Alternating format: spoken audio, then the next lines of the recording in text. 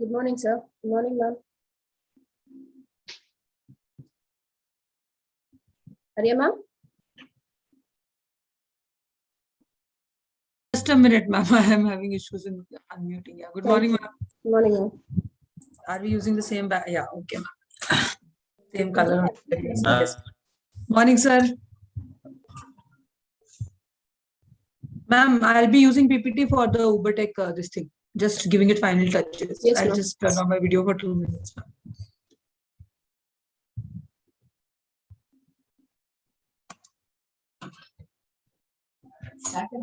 No, dear. 10 o'clock. Mute, please. Mute only. Ma'am, for these resource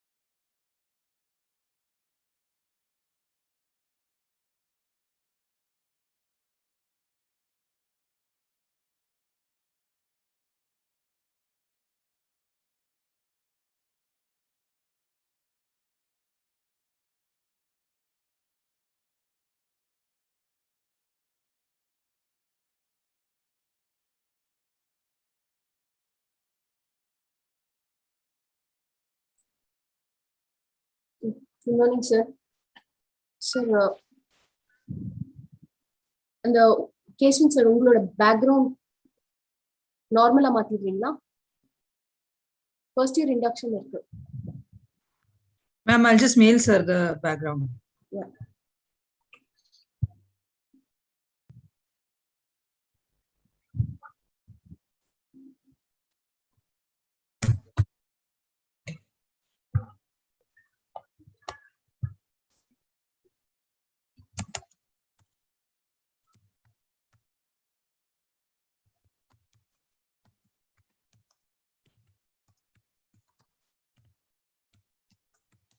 Ma'am, I'll mail it to all, to VP Academics also. Okay, ma'am.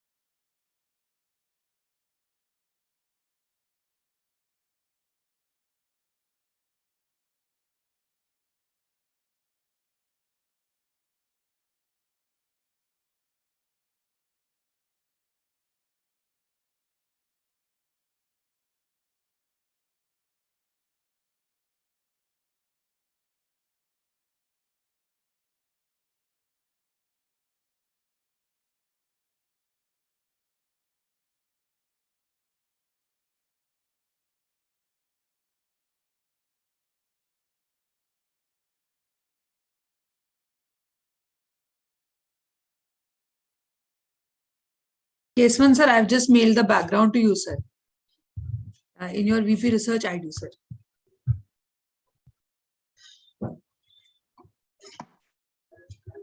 I'm busy.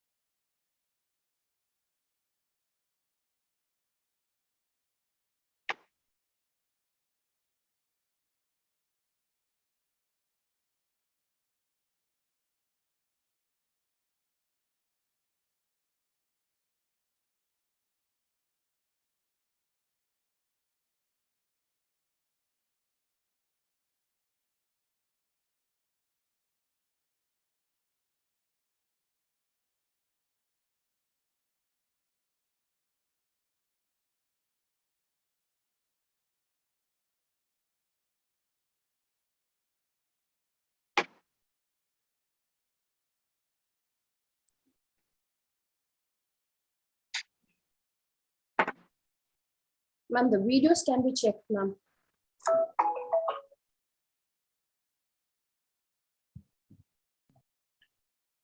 Ma'am, is this background visible, ma'am? Yeah, yes, ma'am.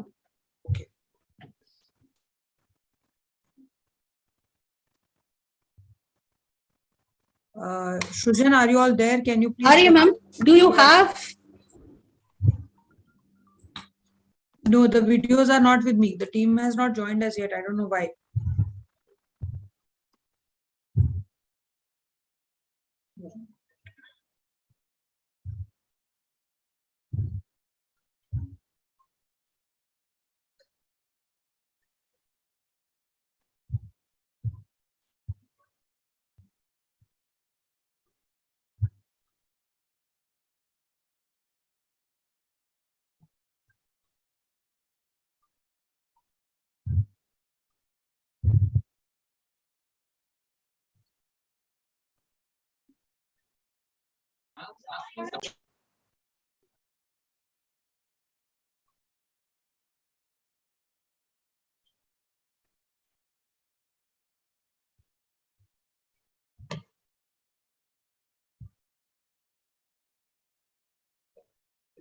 Arun sir, voice is not coming.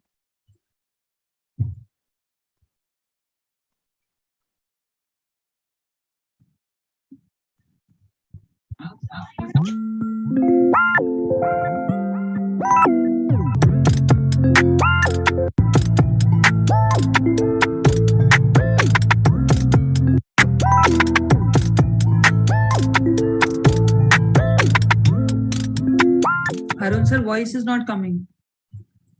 Now it's coming, Now ma'am. it's coming. No, I don't know. There's a lag in sound, ma'am. I said this long time back. It came just now. Okay.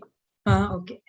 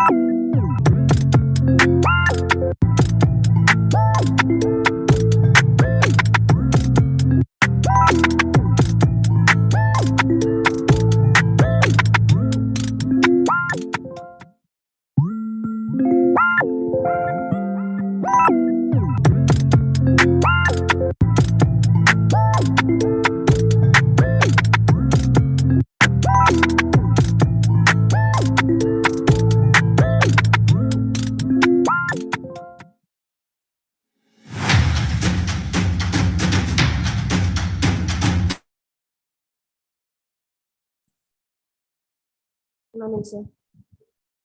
Yashwanti? Yes, ma'am. Yes, ma'am. Yeah, are you ready? We'll start by 10:05 sharp. We'll wait for 7 more minutes, okay? Sure, ma'am. Sure.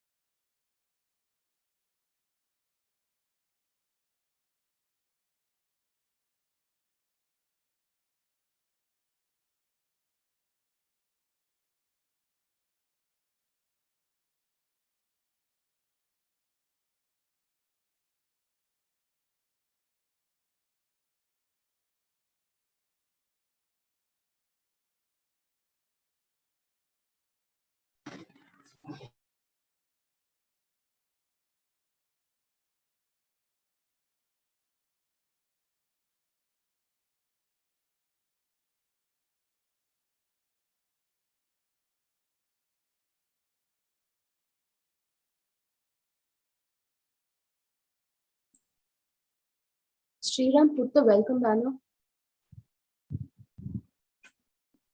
Yes, ma'am. 1 second.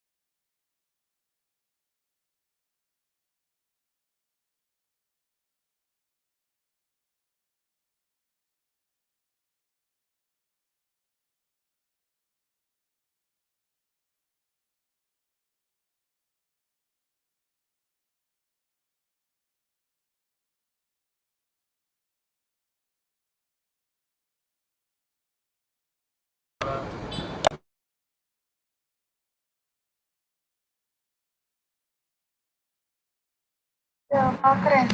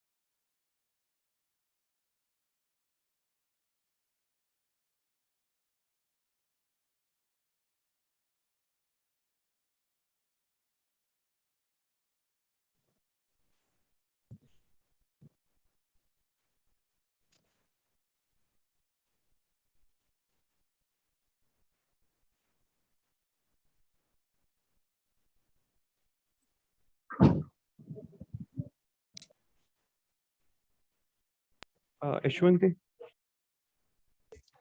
Yes.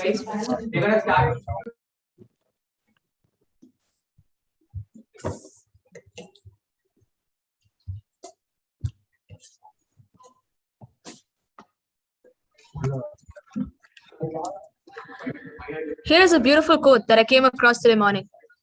Excellence is not a gift, but a skill that takes practice.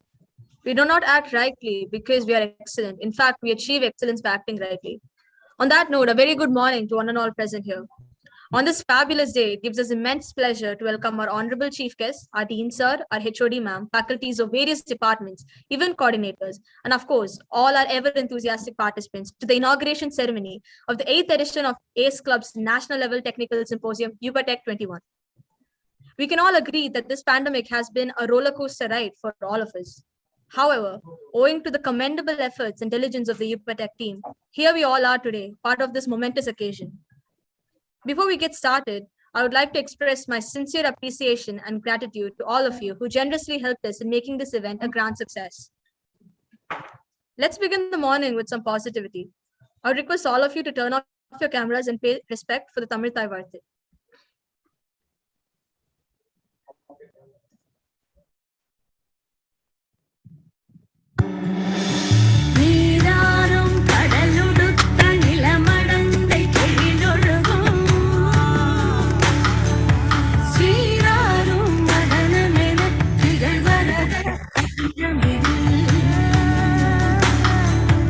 எக்கணமும் அதிசிறந்த திராவிடனல் திருநாடும்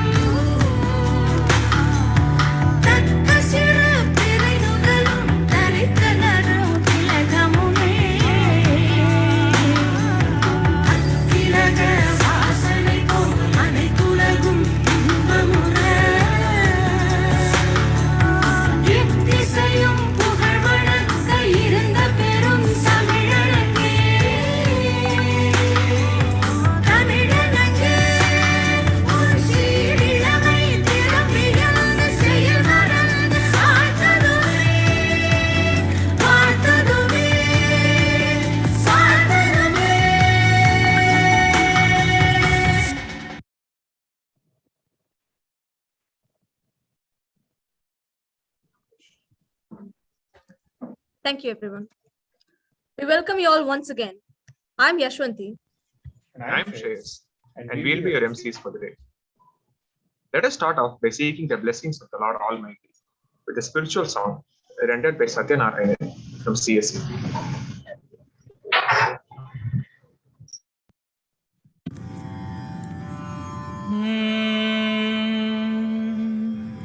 Narayan अवतारं Hayagriva चरणं चरणं उनदडि चरणं पारायणं செய்வோம் திருநாமம் हयग्रीवன் கருணைக்கு இதுவே தருணம் नारायण अवतारं हयग्रीवा चरणं चरणं उनदडि चरणं पारायणं செய்வோம் திருநாமம் हयग्रीवன் கருணைக்கு இதுவே தருணம் ஓம் நமோ பகவதே வாசுதேவாய ஓம் நமோ பகவதே ஹயக்ரீவாய நறுமணம் கமழும்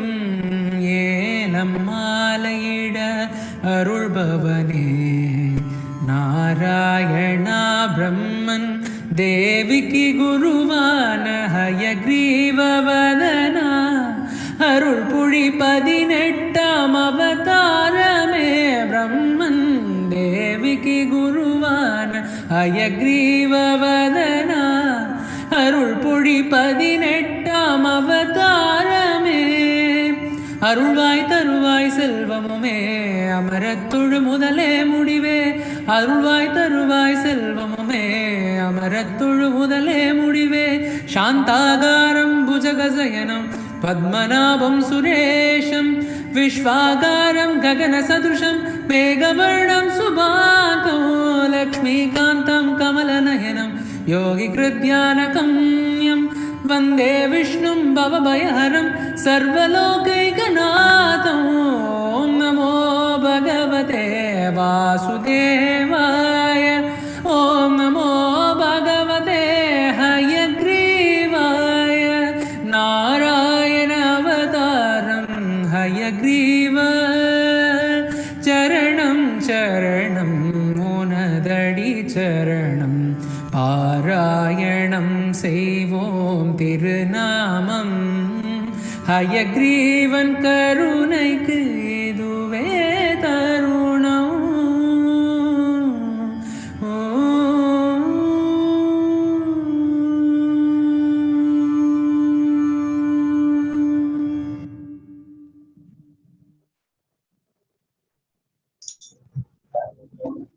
Thank you, Satya.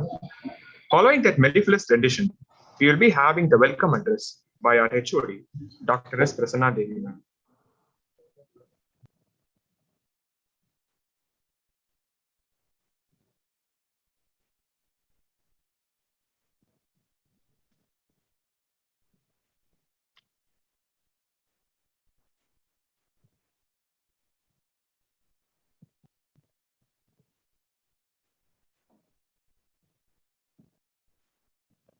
Yes, ma'am. Thing is now only your UberTech. First year I had class and now. Is my screen visible? Yes, ma'am. Yes, ma'am, it's visible, ma'am. Okay. So very good morning to one and all present here. On behalf of the Department of Computer Science Engineering, I feel it a great privilege to welcome all the dignitaries, students, faculty members, non-teaching, the dean, everyone for this inauguration of UberTech' 2021.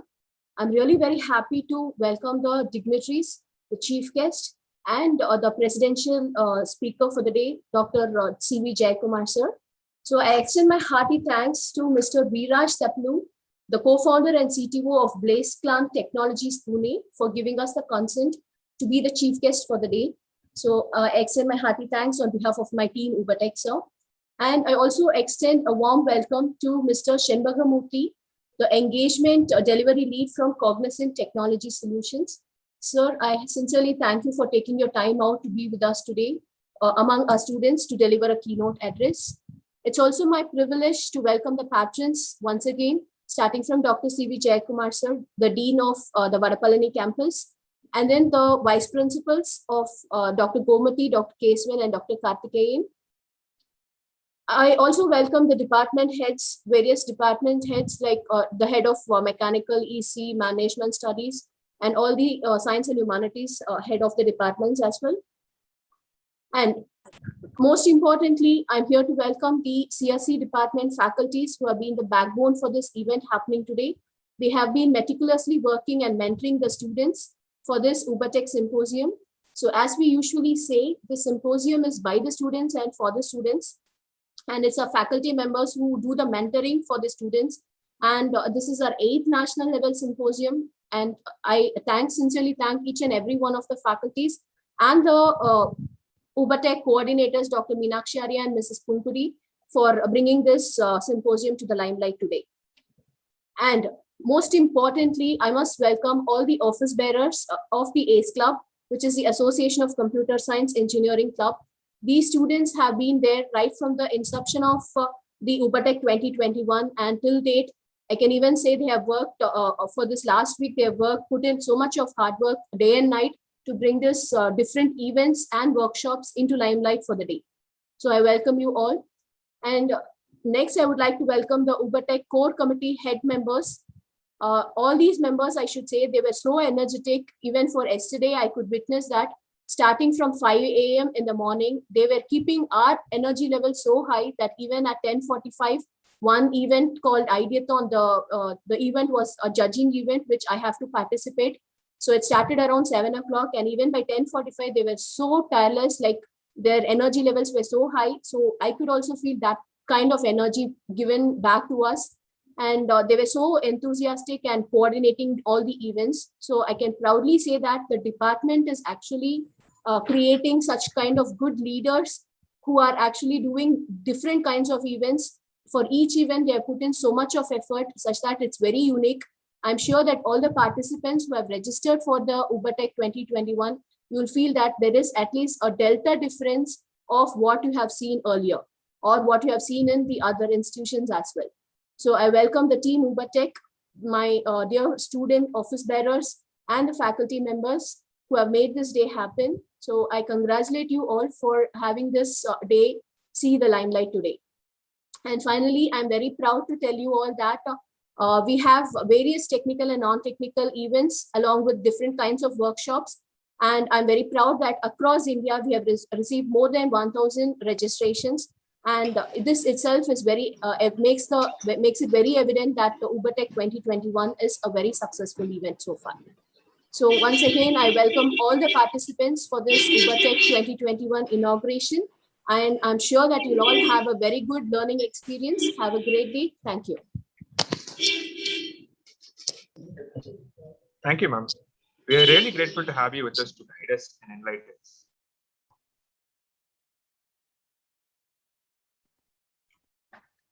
Every day is a good day, and every moment is an auspicious moment. We now request our dignitaries to mark this auspicious moment by lighting the virtual Kuttuvilak.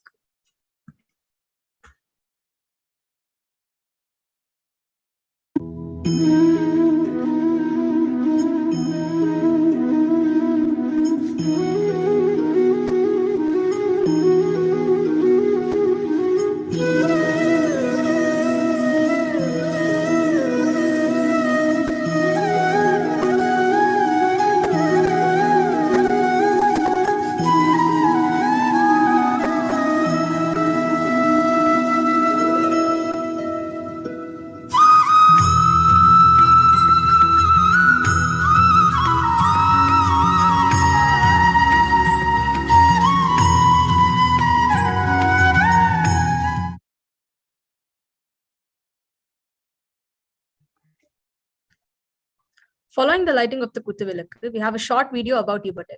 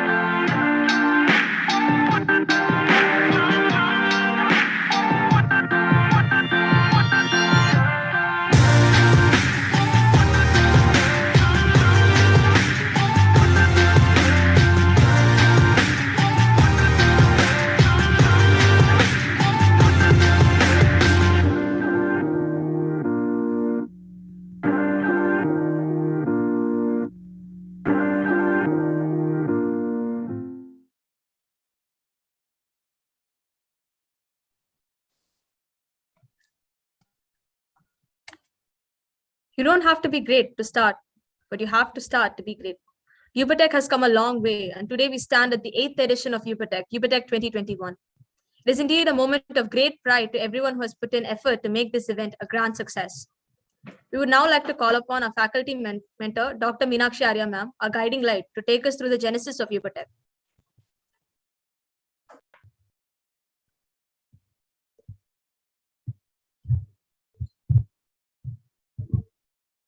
Could you just confirm whether you can see the slides? Yes, ma'am. Good morning, everyone. On behalf of the Department of Computer Science and Engineering, I would like to welcome you all to this national level technical symposium organized by Department of CSE, UberTech'21. Well, as they say, everything comes with a challenge, and so was it when we decided to take UberTech online. It was not easy because we didn't know how to go about. There was no prior template. But as Prasanna ma'am brought it out very correctly, they say a leader is only good as his team. So we are indeed proud to be heading, myself and Pungodi ma'am, who happens to be the coordinator along with me. We are indeed blessed to have a team who, whatever we visualized and conceptualized, they brought it to life. So I'm here to just give you a brief genesis about UberTech and when did it start and where do we stand right now. So I welcome you all to UberTech 2021, which is the national level symposium. And as ma'am has said, we are proud that this time we could cross registrations as much as 1,000. And I could see, I conducted a workshop yesterday that we had participants right from Delhi to Maharashtra to Tamil Nadu, Andhra Pradesh. They were from one of the most prominent clubs of Department of CSE. And by default, all the members who join the Department of CSE become the members of this club. So the club was inaugurated in the year 2014 and has been successfully active for 6 years now. And it has over 300 members and is handled by the students with the guidance of faculty members. The main aim of club is to bring, both technical and non-technical skills in students and provide them exposure that will help in the holistic development of the students and that enables them to be all-round engineers. Because as we know, companies are not looking only for engineers who are good at technical subjects. They also want them to have soft skills, to have organizing abilities, to have good team management skills. So the whole idea of conducting a national level symposium is to inculcate in students the habit of taking responsibilities, executing jobs, sticking to deadlines, following them, managing finances, so on and so forth. So the ACE Club actually looks at multifaceted development of all the students. The motto is to develop both technical and non-technical students by providing them exposure that helps in their holistic development and enables them to be all-rounded engineers, not just engineers, all-rounded citizens of future. So the club organogram, it's headed by Dr. Prasanna Devi, Professor and Head Department of CSE. Myself and Professor Pungodi, we are the coordinators. President, Mr. Sriram. Vice President, Mr. Santosh. Secretary, Ms. Sudha. Joint Secretary, Ms. Rakshita. Head of Operations, Mr. Tarun Kumar. Technical Head, Mr. Sharan Varghese. Non-Technical Head, Ms. Yogashri. And Management Head, Shrujan Katama. And as I would like to mention over here, the posts or the positions that you see, the students have gone beyond what was the charter of their duty, and they have worked perfectly as a team to ensure that today's event goes on as smoothly as a hot knife through. We believe in, though ACE is a technical club, but to ensure that there is more participation, students feel connected to the club, we organize non-technical events also during UberTech so as to give students some kind of an engagement apart from the curriculum also. So every year, national level technical symposium is conducted by the club, and it provides greater exposure by bringing in students from various universities across the nation. So that also fosters the the interstate or the ethnicity sentiment among the students. These workshops provide them a vast experience, as I said, in developing skills, which are very important when they step out of this college and they actually go to the real world, where a project is not just managed by writing pieces of code, but it is also managed by how well you manage your team, your time, your finances, so on and so forth. So also the aim of this UberTech Symposium is to give exposure to the current trends, technologies, and the various topics which are buzzing in the industry right now. So, and the students are always benefited from the knowledge that they get from these workshops. And it is very, very beneficial for them to kickstart their professional career and develop their skill sets. So in the current UberTech version, we had a workshop on fundamentals of deep learning in collaboration with NVIDIA yesterday, where we registered a participation of around 300 participants from all across the country. For next 2 days, we have workshop on cybersecurity and ethical hacking being conducted by a corporate trainer. And then we have webinar on trending technology in the IT industry, also being held by various stalwarts of the industry. As far as the technical events were concerned, already a lot of focus has been given to them in the video, as well as Prasanna ma'am has given us a detail about that. We believe that all work and no play makes Jack a dull boy. So we also gave the students exposure to certain non-technical and gaming events also. And gaming events happen to be, as we know, students are in an age where they want challenges. So these gaming events are always a big hit among the students, and we get lots of participation here. So the gaming is not just to give them exposure to games, it's also a lot of coordination that the students understand. Hand-eye coordination is a very big thing, analytical skills which are developed through these games, and some non-technical events also which saw good participation right from first year students till fourth year students. So to not hold myself between you and the chief guest, during these tough times, ACE Club basically aimed to bring back various events to the students which they were missing due to this pandemic. And we aimed to make this platform where everyone has something to choose from and get benefited.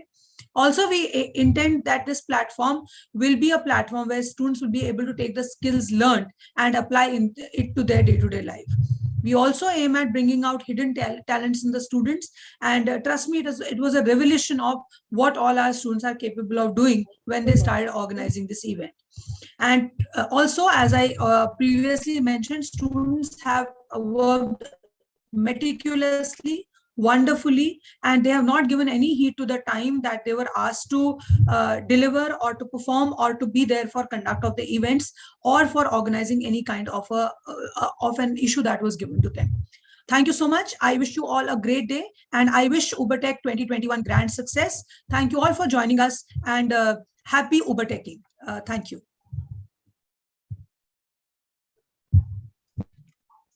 Thank you so much, ma'am, for those encouraging and motivating words.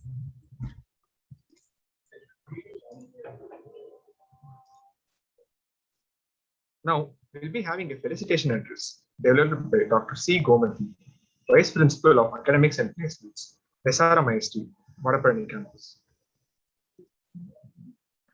Thank you, Shreyas. So the dignitaries who have actually come for gracing this occasion, I would like to welcome Mr. Veeraj Taplu from the Blaze Clan Technologies Pune, who is a co-founder and CEO, and also Mr. Shenpagamurthy, who belongs to this CTS and who is the engagement delivery lead. So I take this opportunity to welcome these experts for inaugurating the national level technical symposium, UberTech. So as rightly heard from the HOD, as well as the symposium coordinator, Dr. Meenakshi Arya, I happen to understand that this is actually a continuous event which is being taken up by the students and for the students, and which actually, try to, look onto the leadership skills which can be developed on each and every part of this symposium. And initially, it was only done in the state level, and then it moved on to the national level, and we could also bring in speakers national wide as well as international wide. That actually speaks the success of this particular event. And I happen to understand through the coordinator that around 1,000 participants wide over all the various technical as well as non-technical events are participating, as well in the gaming event and the other workshops also, which have been conducted by bigger companies like NVIDIA and so on. And that also again speaks about the success of the event. And I would say like all these kinds of events which have been organized by the students, and with the main motto that they want to, they can further develop their organizational skills as well the leadership skills and how in every part of the symposium, right from preparing the video about the symposium, what and all happened in the yesteryears, and shaping up everything, every part of it that actually speaks the kind of efforts which have been put up by the students team.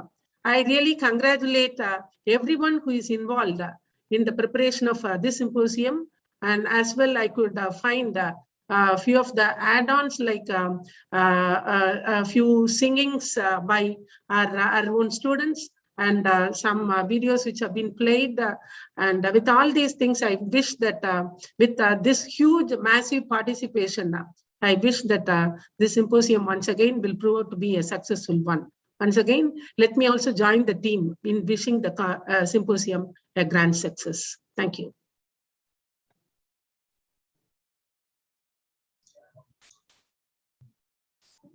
Thank you so much, ma'am, for those heartening words.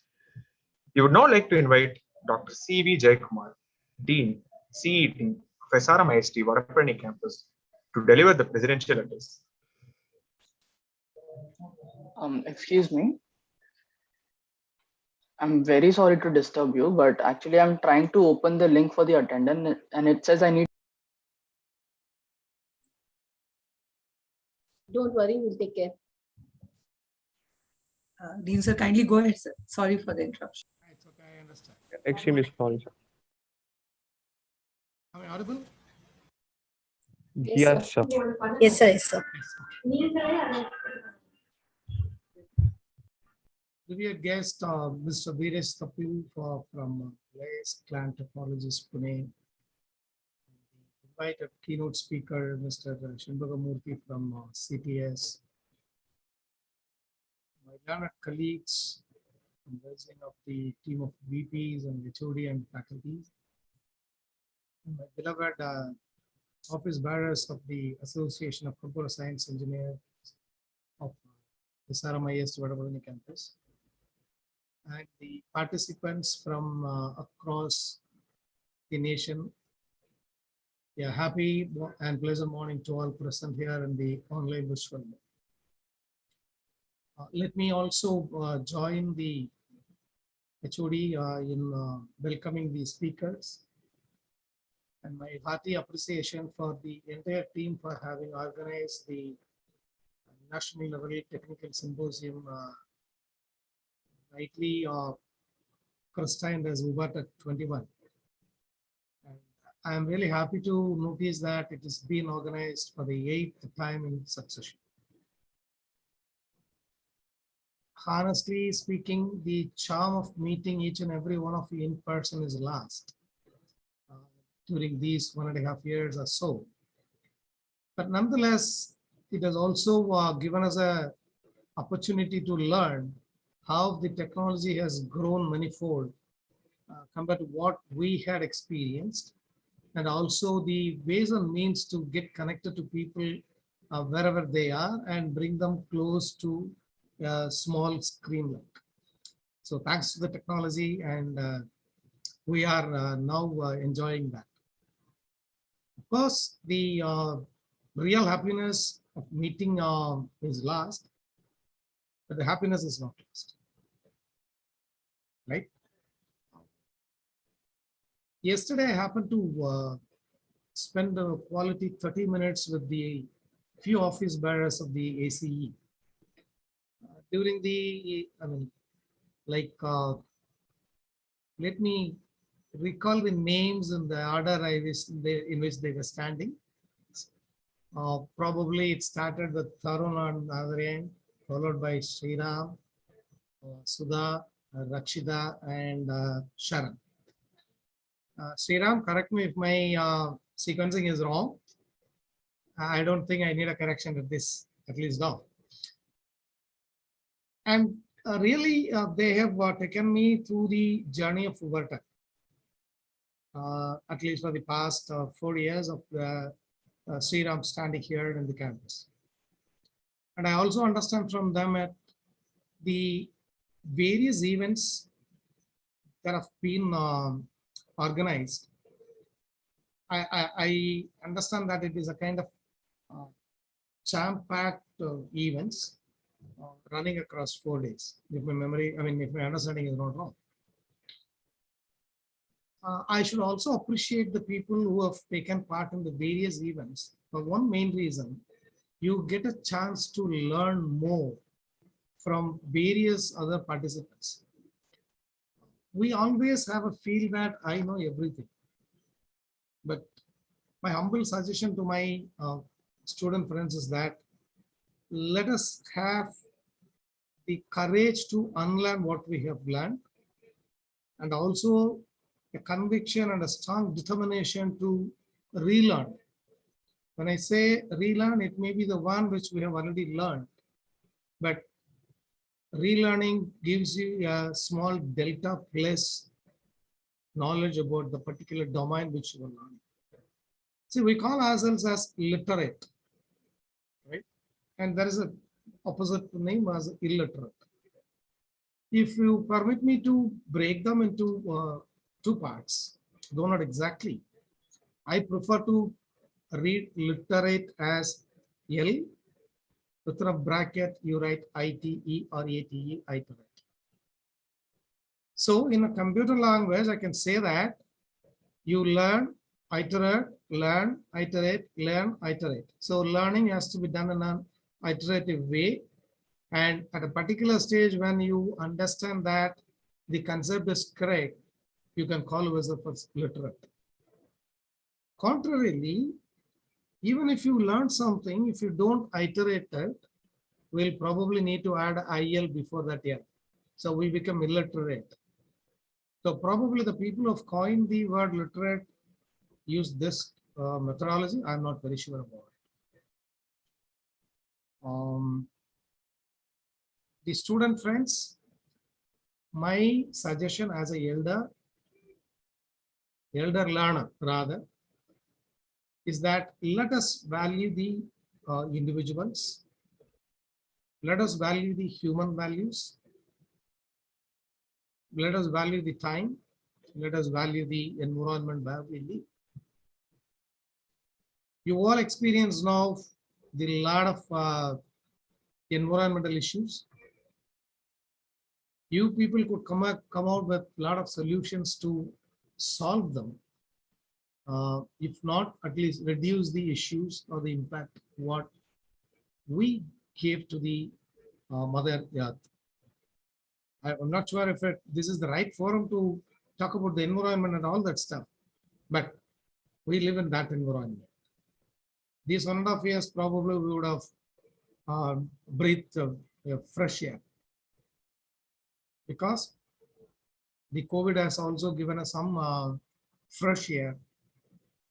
When things change, probably we need to breathe our own exhaled carbon dioxide.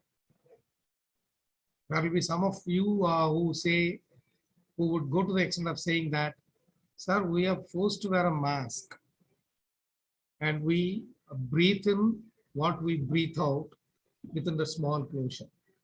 So we are forced to breathe only carbon dioxide, not the fresh oxygen. Fine, it is not a big deal. We will be permitted to breathe in a fresh oxygen. And let us take care of our own health. Let us stay safe. Let me not take much of your time. I don't want to stand in between the speaker who will dwell on much about the technology and the learner who are very much eager to learn much more from the stalwarts. So I would again congratulate the team of Computer Science and Engineering Department of Vadapalani campus and all the student coordinators for having wonderfully organized this symposium in a fantastic way. Wish each and every one of you a great success and a wonderful learning and a peaceful living. May God bless you all. Thank you so much. Stay blessed.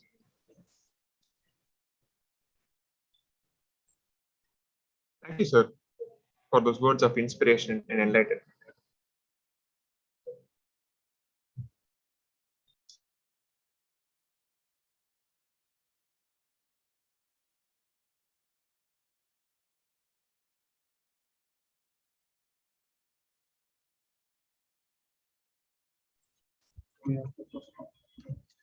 As quoted by Winston S. Churchill, success is not final.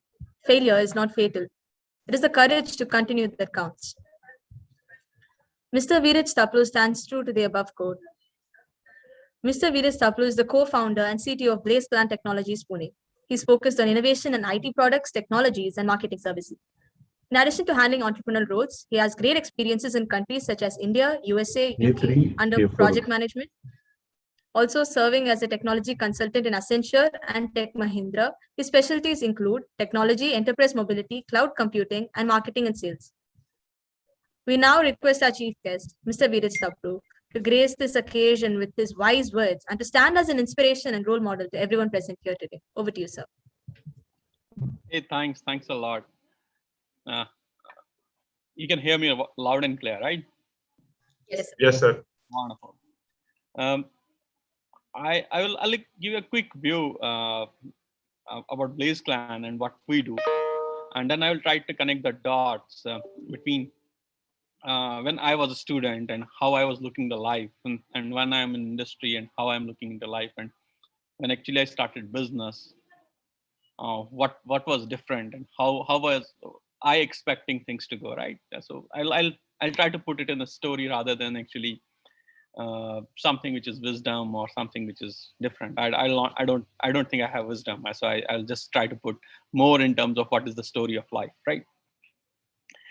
So for us, I'll quickly tell you what we do in BlazeClan and what the company is all about, so that you at least understand and you can connect the dots. We at BlazeClan are a cloud consulting company. So what does that mean is actually we hear a lot about cloud as a technology.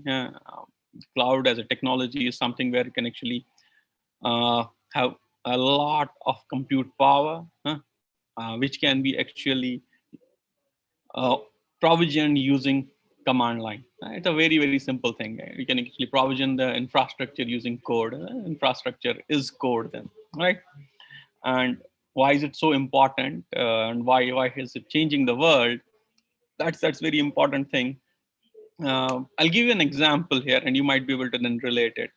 For example, I'm not sure how many of you really want to take your things to the world and bring some life to your ideas, right? For example, is you actually wanted to build a game, and you're a good gamer, and you actually coded a game, which is wonderful, and you put it online. So it's a simple concept. You put a game online, and it goes hit.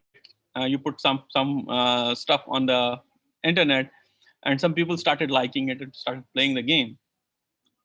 The story is wonderful. People started playing a game, but suddenly you see you're expecting 100 people to play the game. That was the maximum capacity you actually created for that server to actually handle, because those many were the database connections, and those many were the internet network connections it can actually handle, and that was the capacity of the whole server.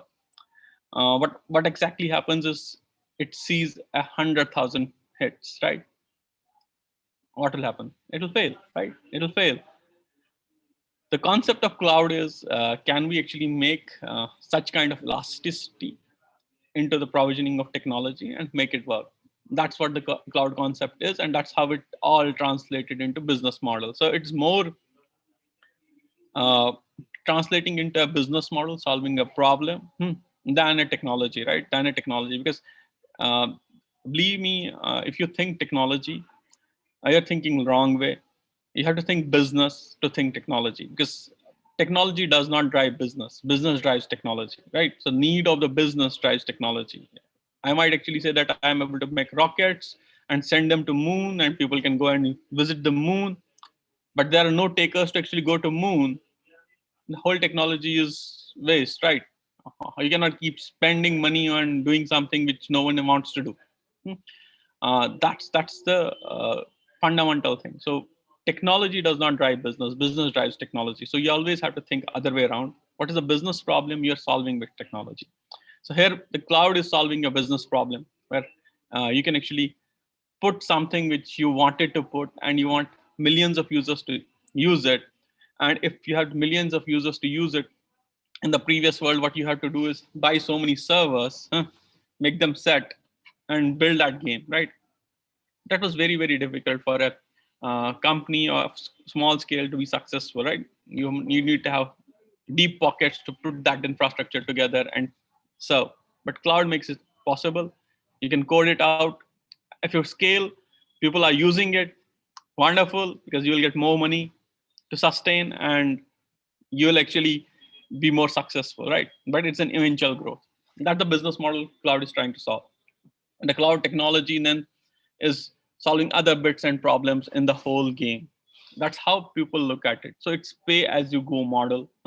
As you go, you pay. It's more like a prepaid top-up model for infrastructure in a short way. Yes, technology is enabling it all together to actually work. We as a business enable enterprises to use it in the best way, right? And it's simple to say whenever we talk about technology, but business has its own complexities and integrities, right? And we as a company help large organizations like insurance companies, banks, to use this technology in best possible way, lending platforms to use it in best possible way. I'll give another example, which is a real life example where we have been actually able to touch the millions of lives, right? This is a named case study for us as well, but the story is very interesting. That's why I love it. For example, there were Domino's pizza delivery, right? On the rainy days or on the match days, you used to see a lot of orders, and it used to not go through. The orders not used to go through because the congestion used to happen. And the problem was because the infrastructure will choke up. So cloud, we moved it to cloud, and then Domino's pizza order delivery system started working smooth. So we helped them to actually move forward to cloud. That's something we helped them to do. But we're doing similar kind of things with other organizations and large organizations. That's what we do as an organization. And now I touch this story, what is expected in the business versus what we study in the college. No offense, I think, thanks Dr. Arya, Dr. Komathi, thanks Dean sir for your wisdom words. No offense on those things. But what happens is we study everything in the college, but no one teaches us how to earn money, right? There's no subject of how to earn money. And we study how to earn money, right? We actually want a job. We all want that, right? That's why we are doing that degree. No one cares about the degree otherwise, because we want to go to a college because we'll get a job or we'll make a business out of it. But there's no subject of how to earn money. That does not exist there. I think that's the big gap in between. And that's very important. So colleges and business schools teach us everything except how to earn money. So we have to figure it out ourselves, how to earn money. That's important. So I'll tell you, when I was in college, and I used to go to college, and I was a backbencher. I was always a backbencher in school, in college. I was never a bright student, and that's how I was, right? I was mostly outside the class than being inside the class, and probably I was not putting enough efforts in my life at that point in time. I'm not sure whether it's good, bad, but yeah, that's what it is. But in real life, what it takes, right? In college, I dreamt that I should be actually doing something different.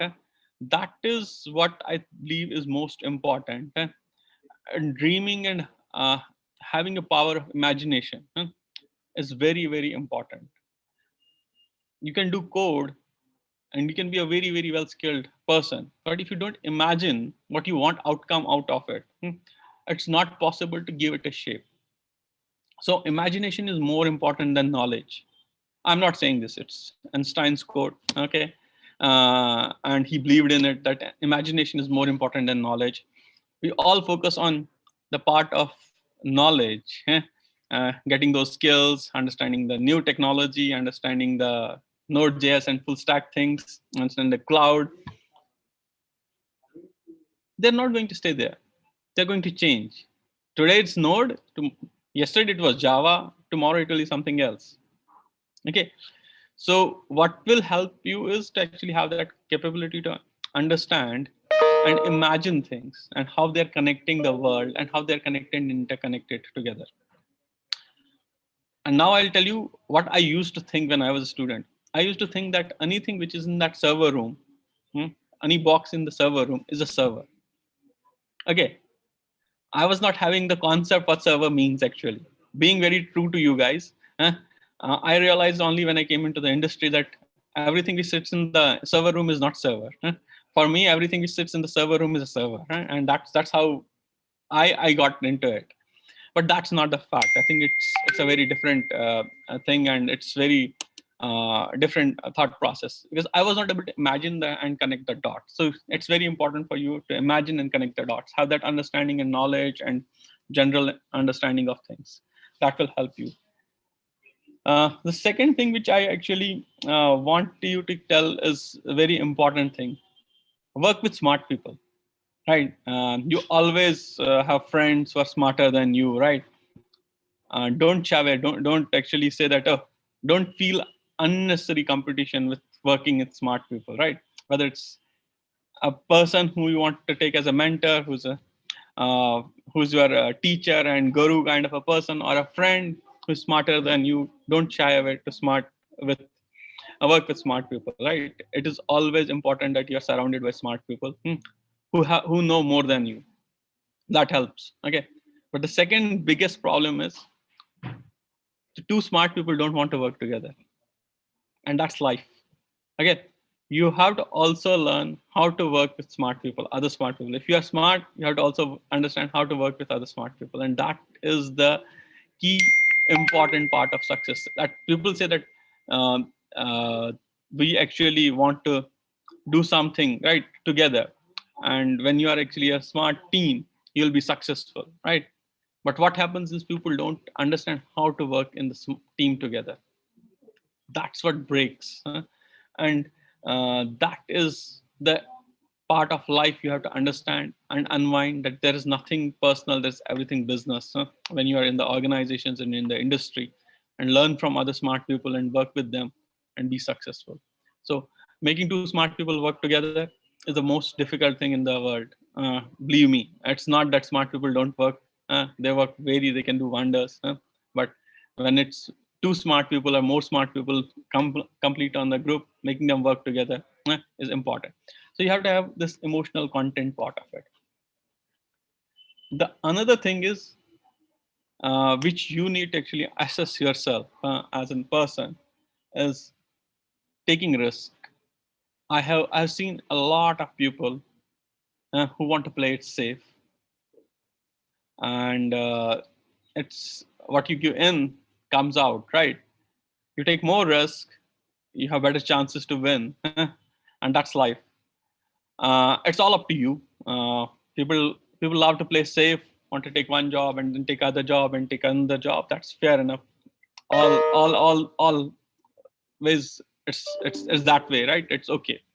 But if you want to actually take a bigger leap and you want to actually do something different, so there will be initially a lot of resistance. It will not be. It will be a path which nobody wanted to trust on, and there is risk. Okay, so obviously the fear of failure makes you stay away from taking those decisions, taking those risks, right? Taking that action, which is bias for action, we call it for our organization perspective, right? So you should have risk-taking capabilities. You should actually make those decisions faster. And if you fail, you come out of it fast. Don't stay with it. Don't think that, okay, something failed.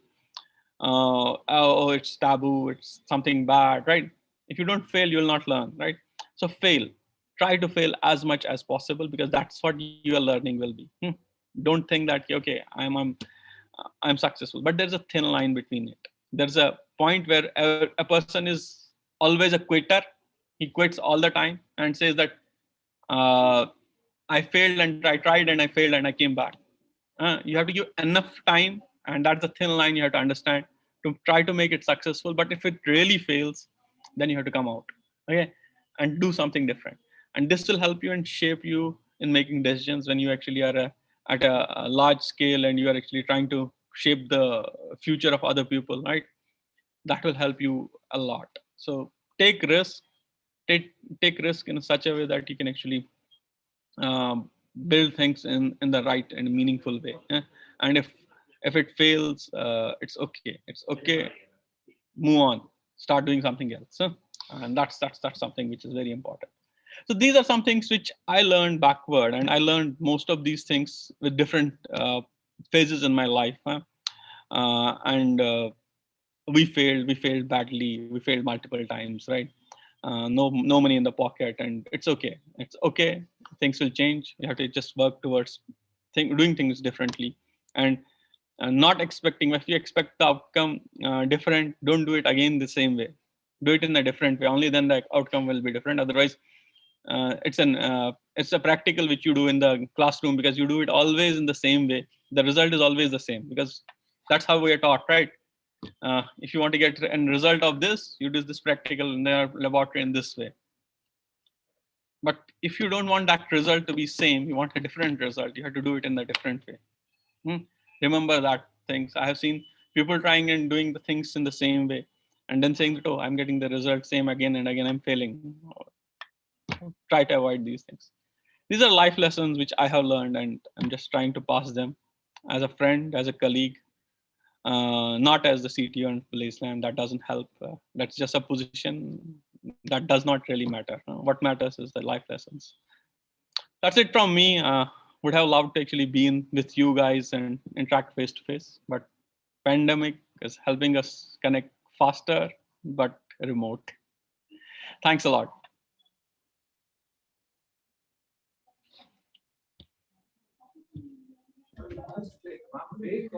Thank you, sir, for your insightful words. We couldn't have asked for a more perfect person to grace this occasion as our chief guest. As we express our gratitude, yes, sir, thank you, sir. As we express our gratitude, we must never forget the highest appreciation is not to utter words, but to live by them. Now we have a faculty mentor, Mrs. Pongudi ma'am, our pillar of support, to present the vote of thanks.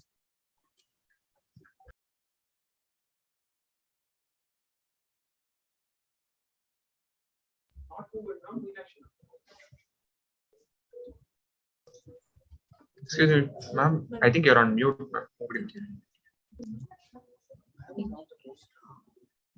Oh, okay, ma'am.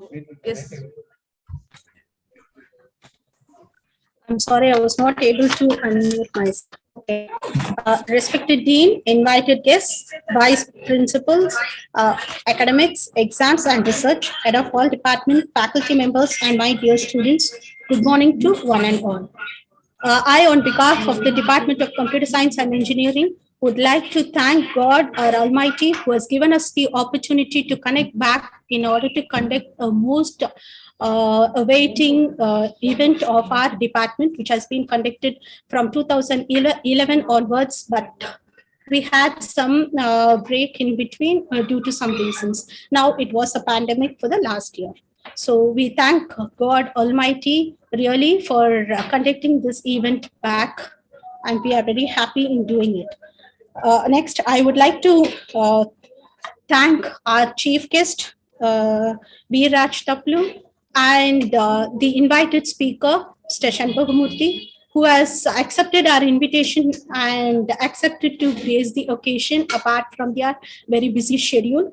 I would like to take this opportunity to thank our Dean Sir for the perfect support and the guidance he has extended to all of us for the inception of this event.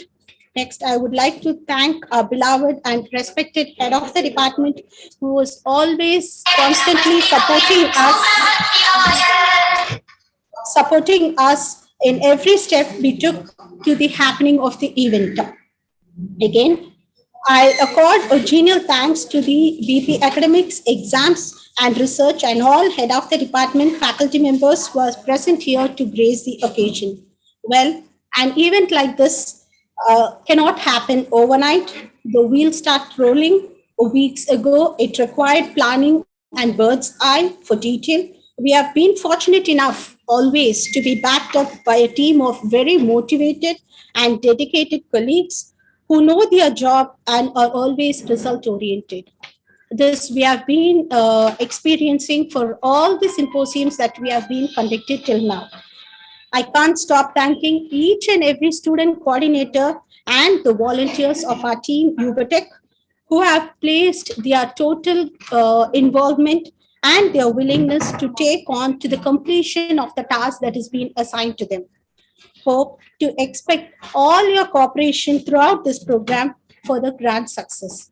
Thank you one and all.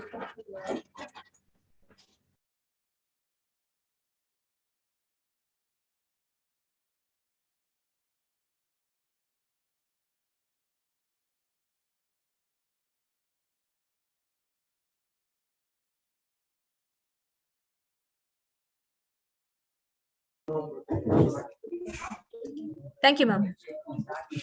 Once again, we would like to thank you all for being a part of this technical extravaganza. Hope you all have a great time here.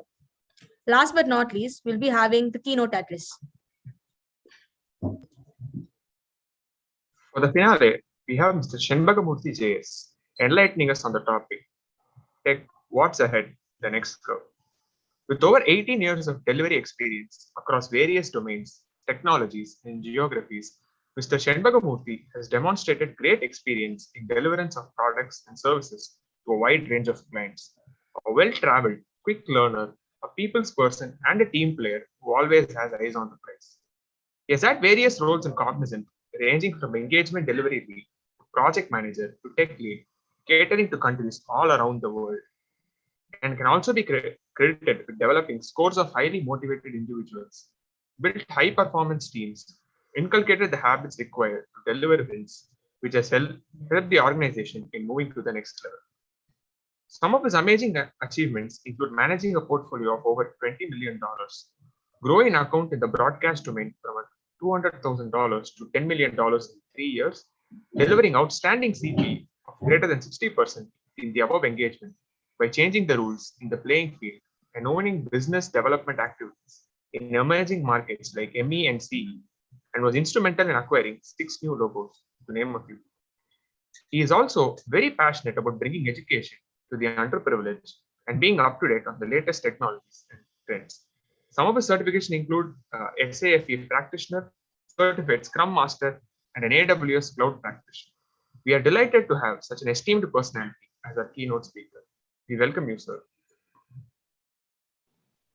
Hey, thanks, Rajesh. I believe I can get started. My audio clear and audible to everyone? Yes. Yes, sir. All right. Yes, sir. So, a very good morning. Hi to everyone, the chief guest, dean, VPs, department heads, the faculty members, office bearers of ACE and UberTech', also the future CXOs of our industry. A very good morning to all of you. Let me share my screen. Give me a second. Right. Believe you are able to see my screen? Yes, sir. All right. So technology, what's ahead of the next curve, right? I think this is a topic that is often debated, discussed. It's the talk of almost every tech forum, right? Everybody tries to understand, what is ahead, what is going to get the most market share going forward. Most of our lives revolve around finding answers to these questions. So, when I was offered this opportunity to come and speak to all of you, it interested me very much. And I thought we should deep dive and delve into what really lies ahead in the tech curve, right? So, truth bomb for all of you. I don't know the answer, right? I don't know the answer. And, one advice I have for all of you is if anyone comes and tells you that they have the answer, right?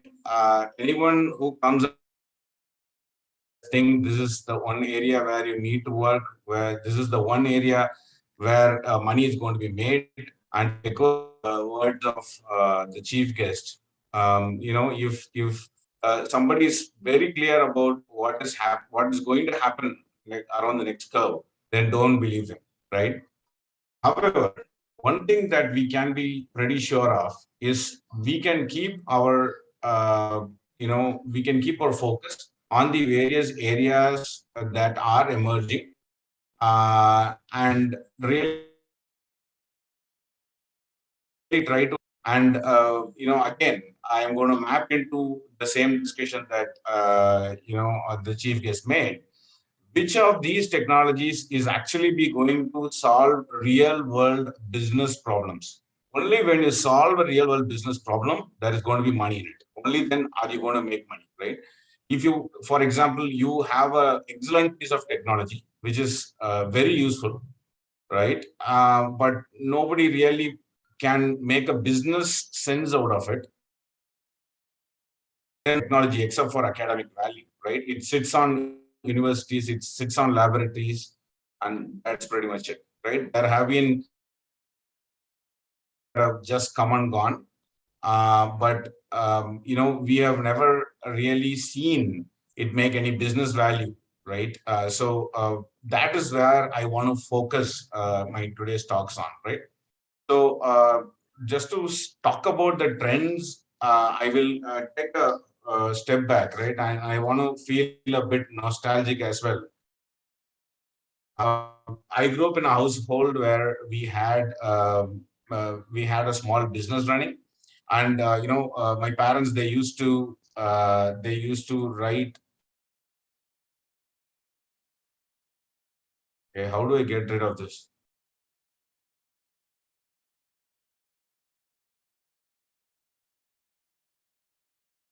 Am I still audible? Yes, sir, you're audible. Yes, you are audible, sir. All right. Yeah. I would like to get rid of this bar. Is there a Zoom expert here? Which bar? This one.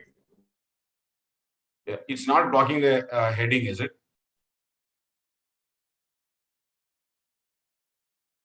No, the slide is not moving ahead. It's moving ahead now. Yeah, it's moving.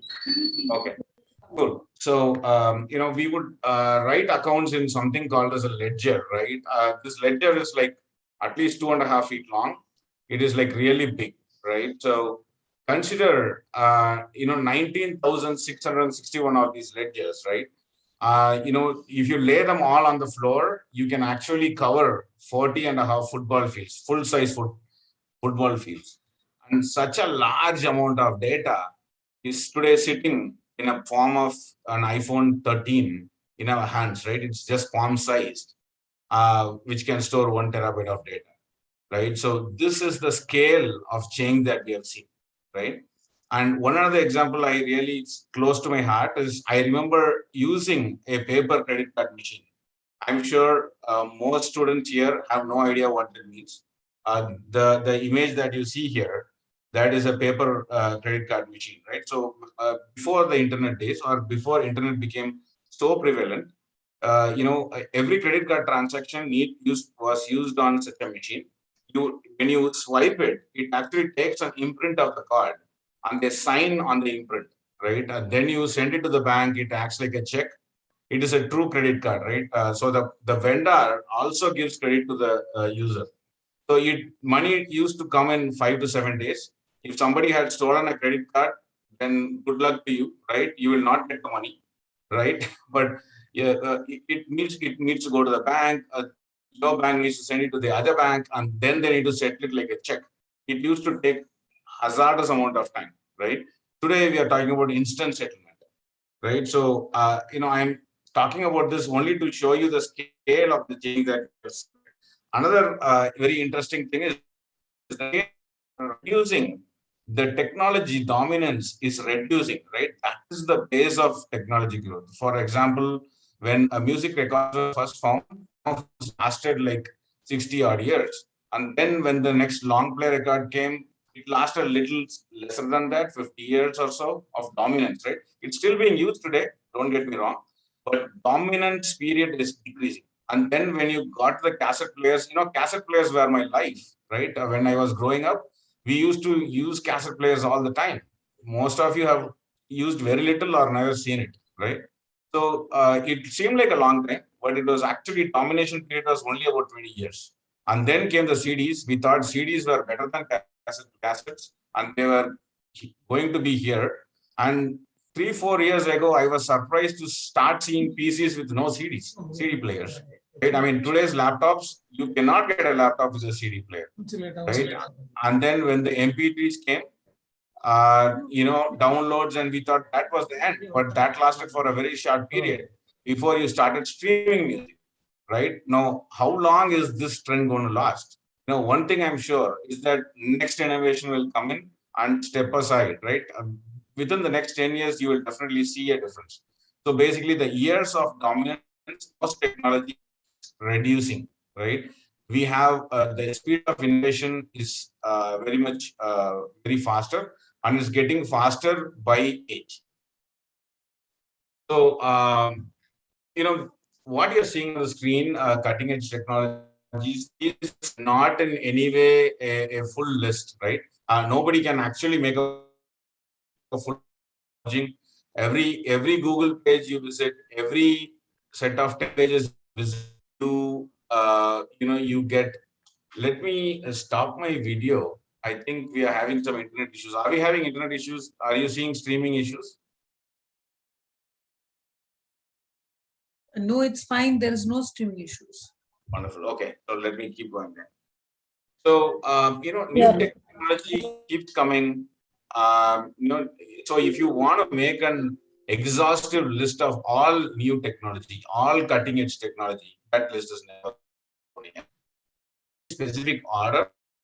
A few items that I want to really talk about: hype versus reality, right? Hype versus trend.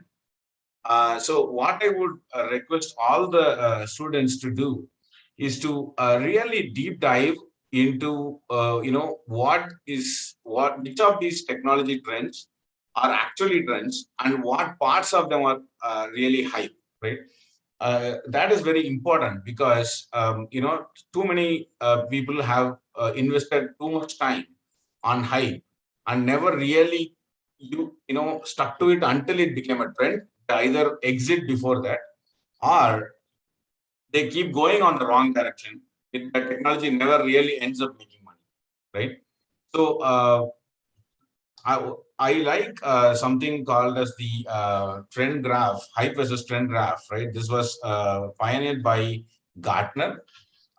This is a very useful tool. They publish a report every year for every technology specifically. They also do a whole graph for all technology. And then, for example, if you pick up one technology like blockchain, they would do a separate graph for blockchain and plot various advances, applications, and nuances of blockchain into the graph. So it really splits into 5 different sections, right? What part is the technology trigger? At first, somebody starts thinking about it. There is an engineer or a innovator who comes up with that whole concept and idea, and then comes the peak of inflated expectations, right? Where people start expecting too much out of it. Hey, it can do this, it can do that. I would like to compare to the Reliance phones that about 15 years ago. It was expected to replace every phone in the country, every landline in the country, and every mobile phone in the country with that specific models of Reliance phone, right? That never happened. It was the biggest flop that we had seen in our telecom industry. So that's the peak of inflated expectations, right? This is where the hype is, right? And technology that really transfer into business solutions are now sliding into the trough. People are losing interest because they are not seeing much happening. But then the people who are still invested in the idea, they work on it, they get the funding, they get the right people to invest in it and stick with them. And then comes the slope of enlightenment. You see the business value. It takes about 60% of the lifeline of the tech to get into a phase where it actually starts seeing value, and then goes to the plateau of productivity, where most of the others start following you, right? So it takes about 80% of the life scale of the technology to actually be accepted. And this is largely true for most technologies, right? We'll look into various aspects of this as we go by, but this is largely true for many technologies, and there are no other competing models which have come as good as this model that is being done by Gartner. So what I'm asking you really is look at each of these technologies or other technologies not listed here. Understand where they are on the hype versus actual opportunity slope. Find out what aspects are where, and does it really require your time to go into study and investment into that field of study, right? Make this, go through that thought process. Say you already like robotics, right? So pick up robotics, look at where the hype is and where the truth is, and try to ascertain if it is the area in which you are studying in robotics. See, none of this will become complete failure, right? None of this will become like, hey, blockchain, no. Blockchain is completely hype. Nothing will come off blockchain, right? Or, augmented reality. Nothing will come off it. That will never happen, right? But features of augmented reality, usages of augmented reality, some will go into the hype and disappear. Some will change into reality. Please get that understanding right. That is what I'm trying to say, right? So where you are going to invest your time, where you want to, put your effort into and work on, what you want to study. I am asking you to do the research yourself, make some certainties for yourself, and pick out what is the best for you, and then go on that track. Yeah. So, quick question to everyone. I am sure most of you are well read on most of these technologies. Before I go into talking about, hype versus truth on any of these technologies, do you want to talk about, do you want me to talk about, any of these technologies in particular? Are we going to discuss about that at all? I am hoping that you can unmute yourself and answer.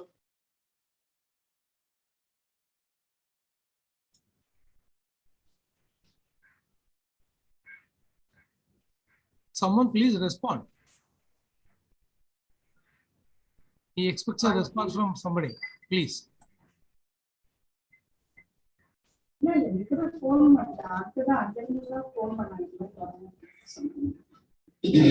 Okay. So Shriram, you have raised your hand. You want to tell something? Okay. You Otherwise, can unmute yourself, Shriram, and please talk. you have raised your hand, Shriram. Yes, ma'am. Ma'am, Yeah, sorry, ma'am. yeah. Participants are disabled from unmuting themselves. Okay. I'll just give the rights to for this lecture for them. Okay, done. Yeah, participants can unmute themselves now and answer to the questions thrown by the keynote speaker.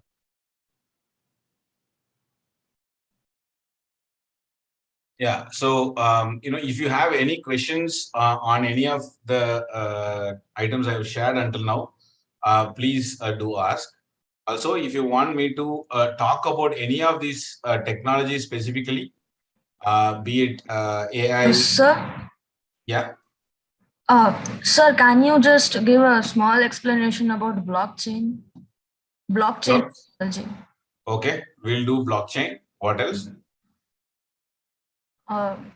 Sir, actually, I was very curious to learn about blockchain. Mhm.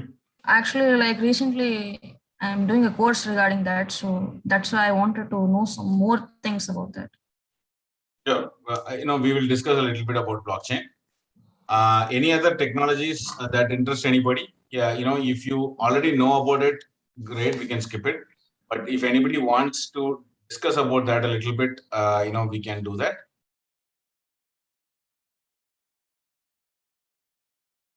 Okay, let me share my screen again.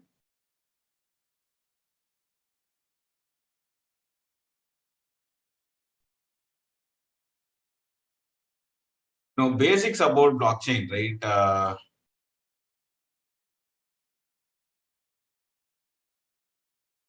All right. So this is, whenever anybody talks about blockchain, everybody really goes and confuses with cryptocurrency, right? Cryptocurrency, yes, like Ethereum or, Bitcoin, they use blockchain, but blockchain is not cryptocurrency only, right? Blockchain is much bigger. So, what is it really, right? Okay.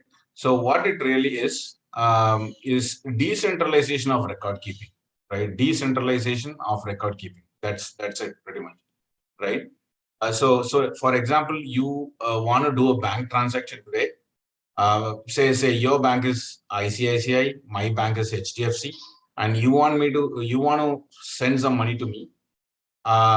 You are going to place a request with your bank, ICICI. ICICI speaks to HDFC, transfer money to HDFC, and then HDFC sends a message to me. And then that message goes back to HDFC, all the way to you. So there is a record of that transaction with ICICI Bank and HDFC Bank. And there is also a central record with the Reserve Bank, right? So these are the places where the record is kept. Now, why are these, somebody asked, why are these people really interested in my data, right? I am sending money from A to B. Why should there exist a record in so many places? That is question number one. Question number two is, if any of these places get attacked, right, by a cyber threat, then the entire transaction has been attacked. The information of the person who sent it and received it can be attacked. Why do we keep these records? It's not really necessary, right? So then what is the alternative? How can this be done? Don't centralize your information with these specific behemoth databases, right? Be it banks or governments. Why do you want to centralize it? Instead, let me do away. Let me make it in such a way that it is not, I split the information into smaller blocks and distribute it across the internet, right? So if you are a part of that network, you have a part of the information. The information is only part, right? So, for example, I become a part of the network and I have a part of the information. And you are sending money to a friend of yours, and a piece of that transaction record is in my machine. But I cannot hack, or I cannot read, or I cannot understand any bit of the transaction, right? I just provide the storage and the envelope code around it, right? So what happens is when A sends money to B, the record of the transaction is split into smaller pieces and distributed across the internet, right? Or within the community. So now what happens? No individual can hack it and read it to understand who sent money to whom. That is hidden. If an external party comes and hacks any one of these specific pieces, they still have only a piece, not the whole thing. Nobody has everything, but everybody has something, right? That is the entire concept of blockchain. So, this diagram is pretty simple to understand, I believe, right? If you want to make a transaction, you make small pieces of information. You send it to all the nodes in your network, right? So, for example, if you join the Bitcoin network, then you will get a piece of information for every transaction that is made using Bitcoin, right? And is that transaction valid or not? All the nodes have to work in common and find out. Because of this huge transaction that is ongoing, you need a lot of power. You need a lot of computing power to happen. In order to have so much computing power, for example, I form a part of the Bitcoin network, but then I'm helping you give money to your neighbor, but I am spending my computing power, right? It's for a good cause, yes, but then I need to be rewarded. So that is how Bitcoin came into progress at all, right? So when somebody transfers money to somebody else, you are burning your cash here, giving computing power, either from an infrastructure point of view or from power electricity point of view. So I need to reward you back. That's why they came up with mining crypto coins and giving a part of the mined crypto coin to the person who gave the computing work, right? And so this piece of information is added to the entire blockchain network, and then the transaction is marked complete. So several things happen in the network, several split and transaction validation happens. It's all pretty complicated, but it works, right? That is blockchain in a nutshell. Did that answer your question?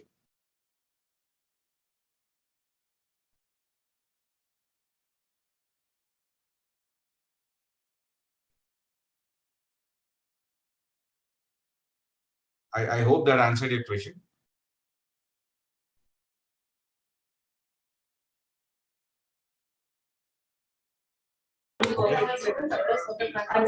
Yashwanti, that was your question, no?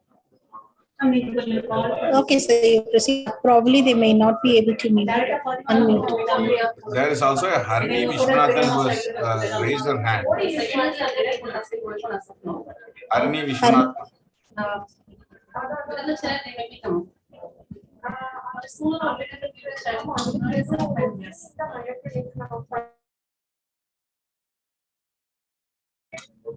Arni? Arni?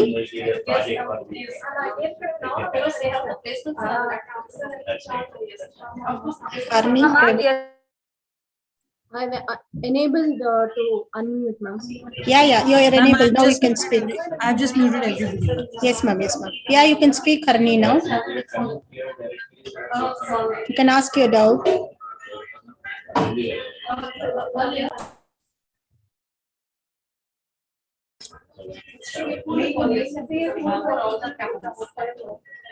You proceed, sir.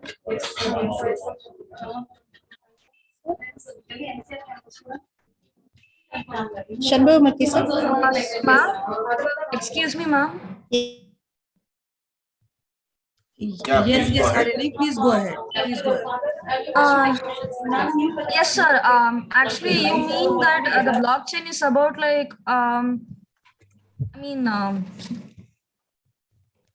like having something but not having everything, right? It's about cryptocurrency and Bitcoin.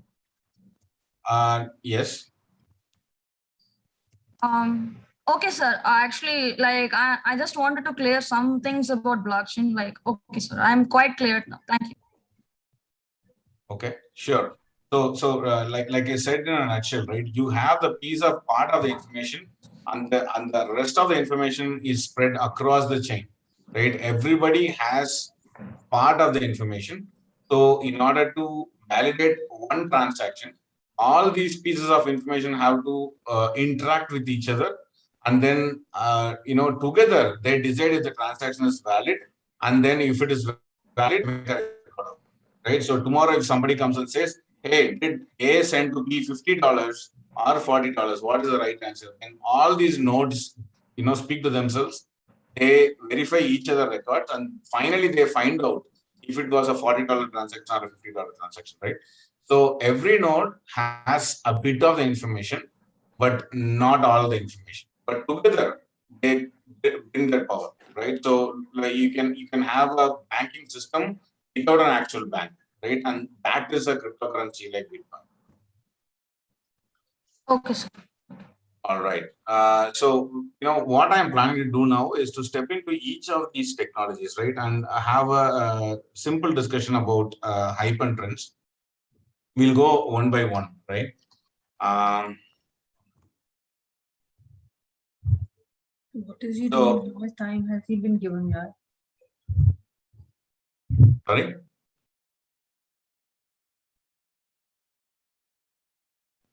Okay. First is artificial intelligence, right? This is one of the most hyped areas, and it is not a simple hype as well, right? Because AI is an all-encompassing one, right? You have deep learning, you have machine learning, you have neuro-linguistic programming, you have all these things. Each of them are in many different areas of hype versus reality cycle. What is very interesting is people are already talking. There are people who already believe that artificial intelligence has already passed human intelligence. So it is largely fueled by stories and movies like Robot, right? And movies like Terminator. You just go on internet and search for Skynet without the Terminator reference, and people believe that something like Skynet can happen around the corner. It is about to happen. It is bizarre to think about it, right? So it is an absolute hype. Because when you look at the reality, how many of you have had trouble connecting to the printer in the same network, right? I'm sure all of you, right? Anybody who's ever tried to connect a printer in the same network has always seen these problems, right? And, that is how intelligent our computers today are. Saying that they will rise up against the humans and destroy mankind in the next decade is just hilarious, right? So I brought this in because the most hyped up technology today is artificial intelligence. I'm not saying that you should not learn it. I'm saying that you should learn it, but be very clear of what is hype and what is the truth here, right? There are several, companies are starting, people are investing. This is one of the areas where investment is very high, but, where are they digging towards, right? Do a very clear analysis of it, see where they lie on the curve today, see what other trends and competition they're having, and depending upon that, you take the call. Yeah. I will move on to quantum computing. So, I will explain quantum computing in just a couple of sentences so that if there is somebody who does not understand it fully, then you can understand it. So, quantum computing is another area where there is a lot of investment, right? The companies in the US, they are pouring in millions of dollars. IBM, Google, they are at the forefront of it.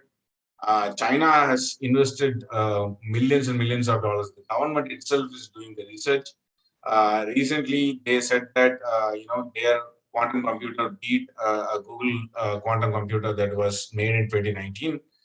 And there are outlandish claims about what quantum computers can do. Right?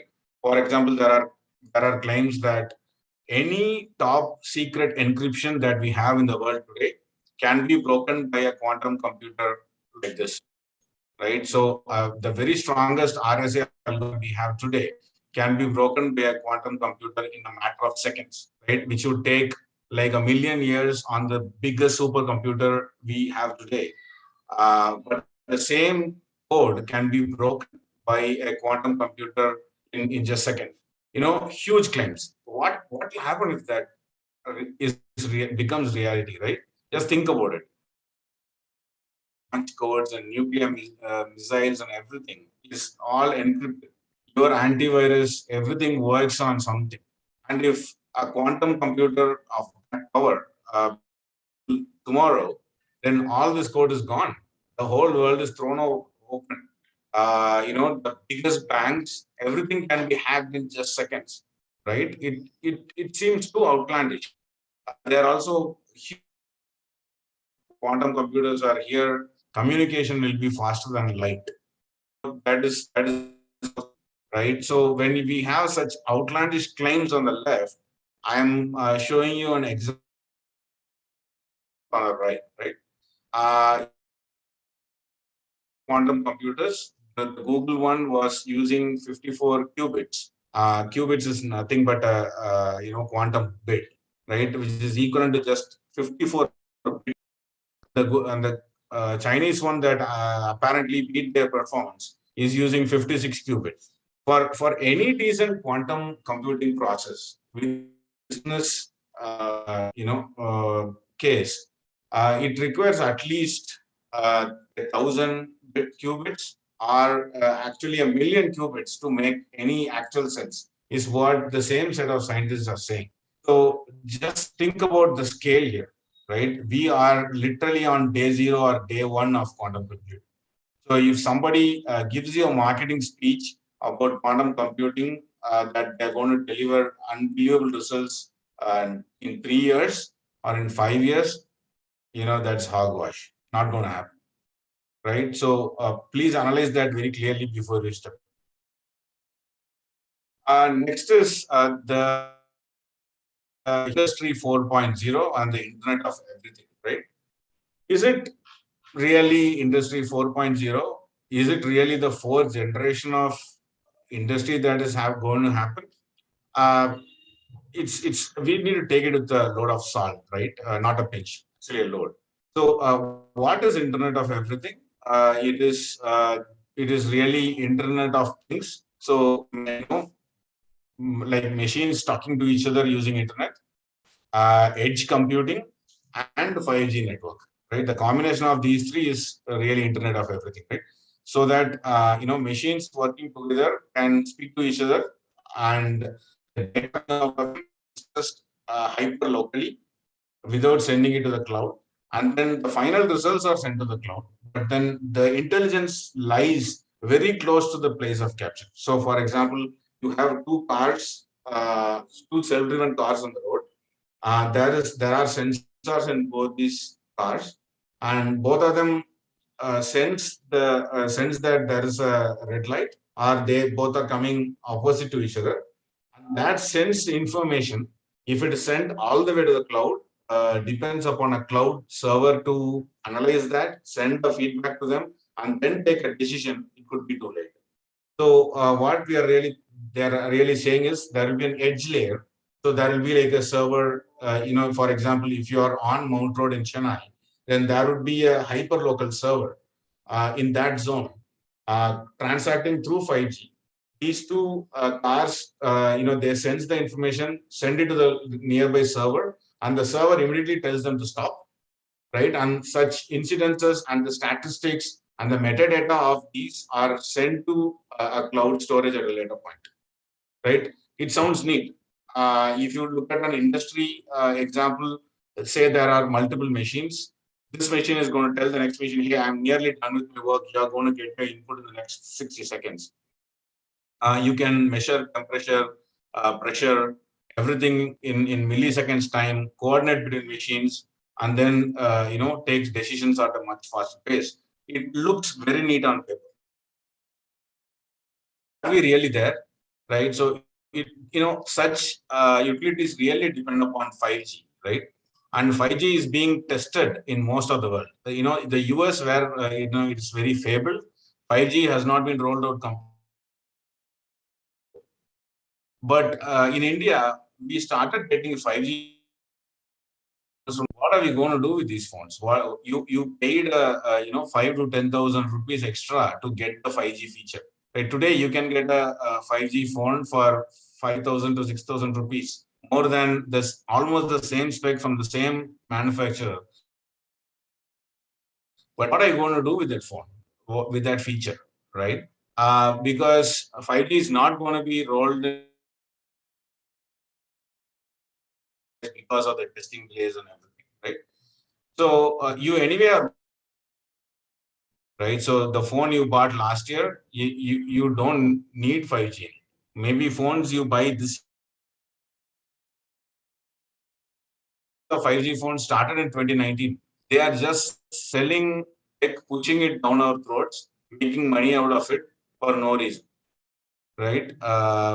This is just an example. So with 5G not operational, most of the story that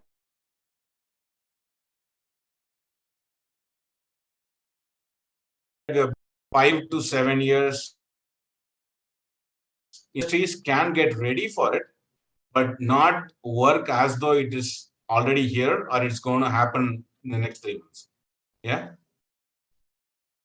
Next is blockchain. We spoke about what blockchain is a little bit earlier.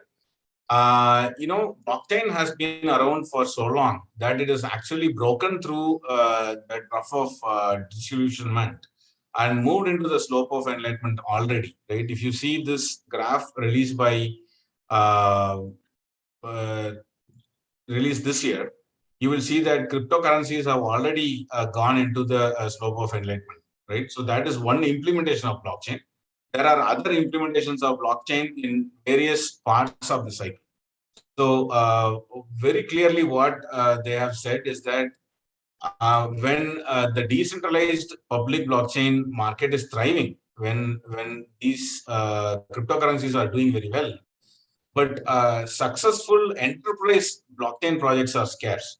Just do a Google search to see blockchain in agriculture, for example, right?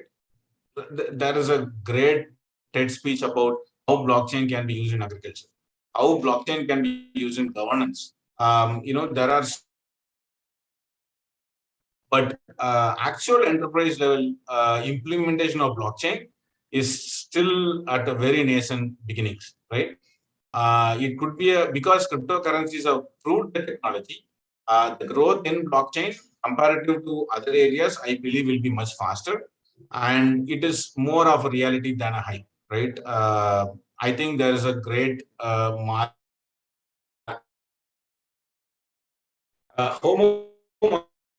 this is one of the very lesser known items, I would say, in my list. Many of you could have heard about it. Some of you might not have. So I will explain how it works, and then we will talk about the hype versus reality. So one of the biggest problems today is the data security, right? Say, for example, my favorite example is PaisaBazaar.com, right? I am not sure how many of you have used PaisaBazaar or their other brand, which is like insurance. They sell you insurance and investment products. So they will give you a message or an ad saying, hey, I have an insurance product for you, which will only cost you like 2 rupees a day, but cover you for 1 lakh rupees or 1 crore rupees, right? You get interested, you go there, you sign up with them. They'll ask you a host of questions, right? Your name, address, date of birth, phone number, email address, your salary, your Form 16s, your health record, everything. Once they take that, they will give you a code. But then what they also do is they sell all this information to their partners who are nothing but insurance companies. Now, I did this mistake 2-3 years ago. And for a period of about 6 to 8 months from that day, every day, I would get at least 2 to 3 calls from various insurance providers. I would slam the phone on their faces multiple times, but people used to keep calling every day. Somebody from ICICI Lombard would call me every day. Right. So this is a huge privacy issue, right? So I need data. I need a service, right? I need to buy an insurance. So I need PaisaBazaar service, but I need to do it without giving away my private data. How will it work?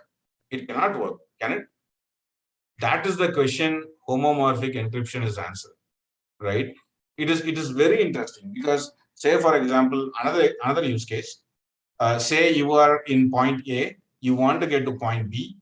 You are telling Google Maps to give you a route, right? So Google Map gives you a route from A to B, but you have shared your time and the location and your interest to travel to B location, everything to Google. They are going to use it to sell you products, market it to you.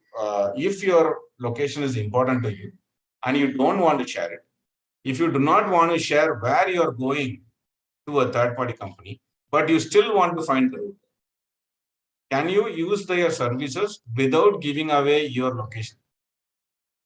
Interesting, isn't it? If the answer is yes.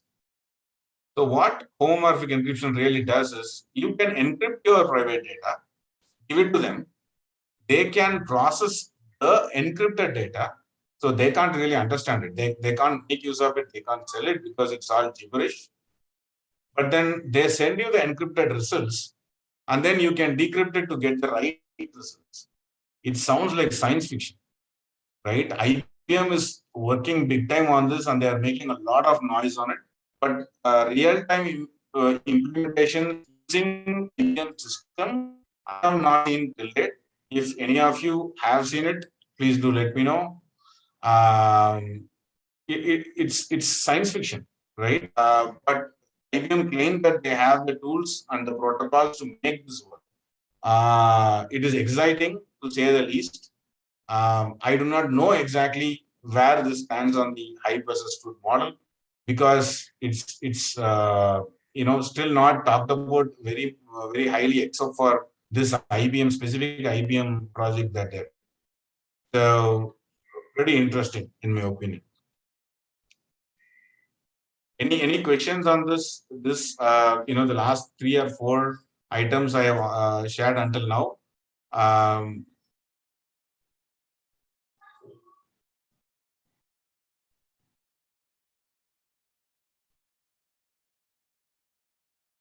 Okay. Medical technology, there is a lot of hype again saying will replace doctors, but again, not going to happen. You have good implications like tools that can measure your blood glucose, your heart rate, and everything, and tell people that if you are at risk. Great. For the COVID vaccine itself is a great example. We used to take 60 years, 170 years, so many years to develop vaccines before, but we developed it in 1 year. There are medical technology advancements, but replacement of doctors not going to happen in the next 200, 300 years, right? So that is another hype versus truth. Augmented reality, you've seen several movies with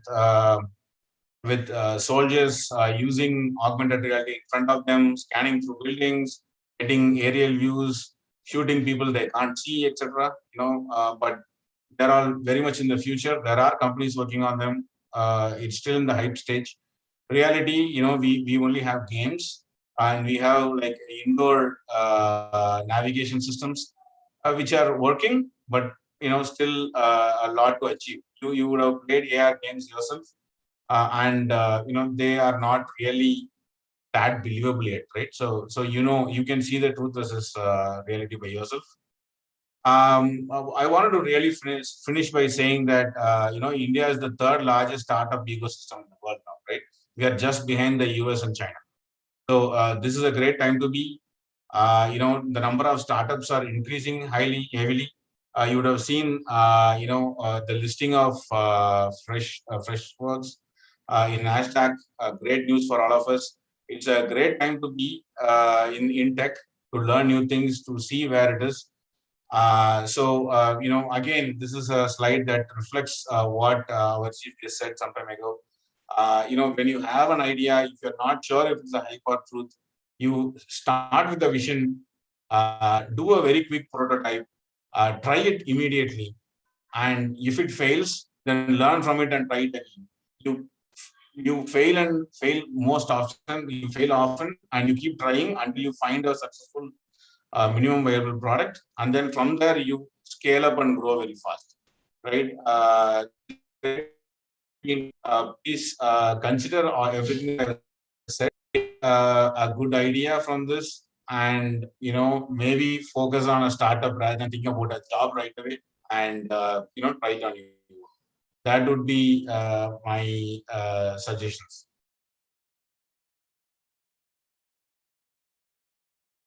Are there any questions?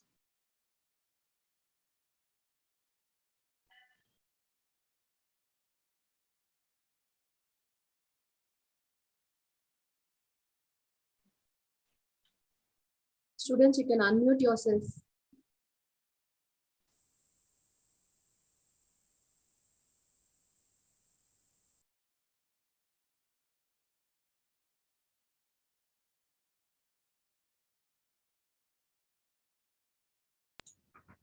Students, any doubt you have? Okay.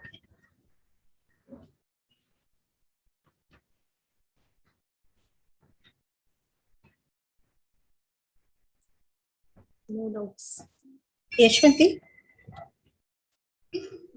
Thank you, sir. Now we have Sharan Varghese, the technical head of AS Club, to deliver a thank you. Now, that was truly an eye-opener and very informative for all of us present here.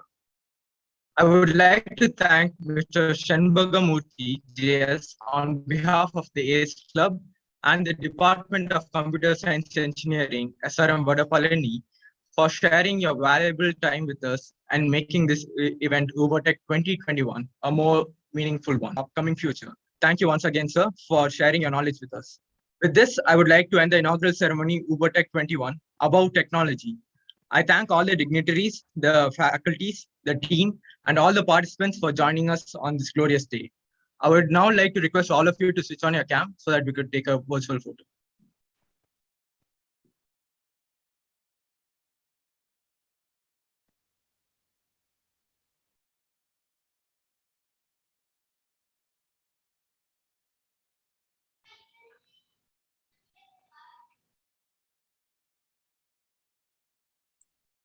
Sharon, we'll just wait for a minute, please, ma'am.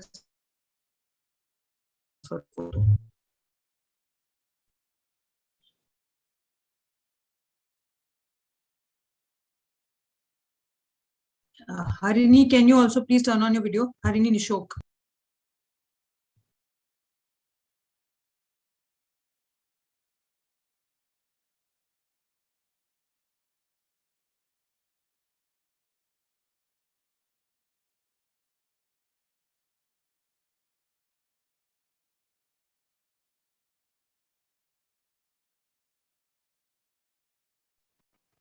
So I'll just say cheese. All of you request all to please look into your cameras and smile. So 1, 2, 3, cheese. Thank you. Thank you so much.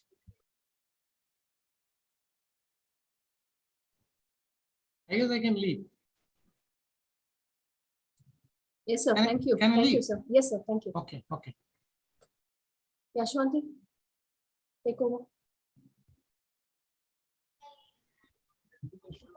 Yes, ma'am. I'd once again like to thank everyone for being here. Thank you so much, and I guess we can close the meeting. Thank you.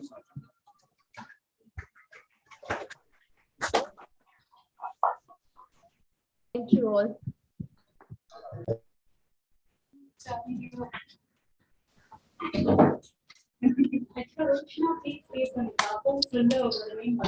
Thank you, guys. Thank you, guys.